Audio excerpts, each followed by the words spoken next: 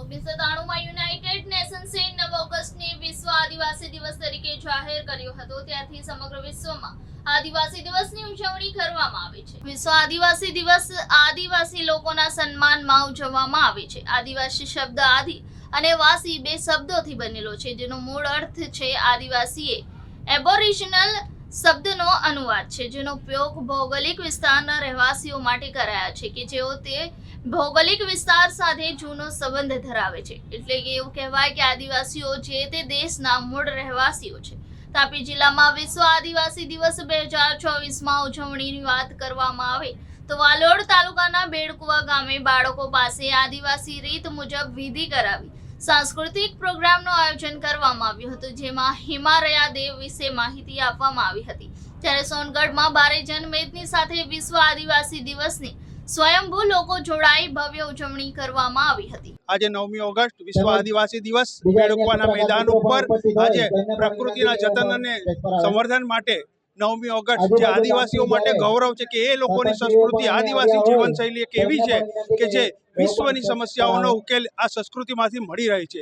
એટલા માટે અમને પણ ગૌરવ છે અને અમે પુષ્કળ ખૂબ જ માનભેર પ્રકૃતિને સજીવ ફરી પાછા એના તરફ જઈએ એવી એક લોકલાગણી સાથે છે, લોક જાગૃતિ આણી છે અને એ પ્રમાણે અમે અમારા જીવનશૈલીને લોકો સમક્ષ મૂકવા માંગીએ છીએ। અમારા સંદેશાઓ એ જ રહેશે કે પ્રકૃતિનું જતન અને સંવર્ધન કરીએ, જેથી કરીને આપણે આપણી ધરતીને બચાવી શકીએ। આ જ એક ઉદ્દેશ્ય સાથે અમે આ કાર્યક્રમને ખૂબ જ ઉત્સાહથી ઉજવી રહ્યા છીએ।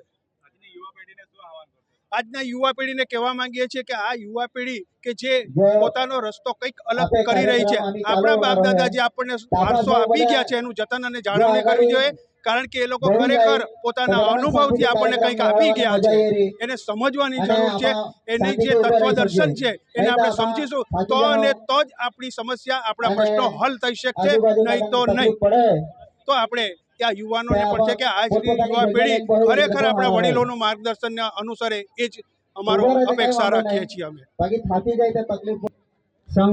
અમારી પાસે ડાંગ અને સાંકળની કલ્પના છે, એના સિવાય બીજા કોઈ દેવ પાસે શસ્ત્રો નથી, એ ચોકીદાર છે ગામ એટલા માટે। એટલે એમને પૂજા જે કરાવી એટલી ગામના ફરતે તને ગામના સીમાડે બેસાડેલો છે, તો ગામનો રખેવાળ છે, તો અમને તું સાચવજે। જુવાર કાકી મેરા કલી મેરા કલદાપ છે, તો અમારે ગામ થાણી કવાય, રાખવાલ કવાય, જાખવાલ કવાય, ગામ હિમાડે વહી ગણો ચારી ચગાર ચોકી કરતો ને ડોયે ગણીને હિસાબ રાખનાર ગામમાં કીધો હવે કીધો ગતિયાણે ઝાકો રાખશે કરતો 12 મણની ડાંગ રાખતો 13 મણની હાકર રાખતો અમારે દાવા દુશ્મનને દૂર કરનારું આજે તમે ટીમે થરીને આજે ગામ હિમાર પૂંજા જતું હશે કે અમારે નોકાએ નાકે મળે ઓળખીને સિને શિકાલે ઓળખીને ધેણી કરી થામીને પોપટ કરી પાલીને અમારે નોકે અધ રાતે મધ રાતે ખેત જાય, ખલે જાય, ઝાડ જાત, બટાણ જાય, હેરી જાત, નગરે જાય, ભણને જાય, ગણને જાય, તે જાકો રાખો તો દરબારે પરગુડો થયો પરગુડો રાખવો, અમારે નોકાએ વલે રાખવો, ખોલે રાખવો, એવી રીતે નામે ટીમે ધરીને આજે એ કાર્યક્રમમાં તોરે નામની પૂંજ પડતી જાય, અમારે કાર્યક્રમ સારી રીતે જાય એવી તોરે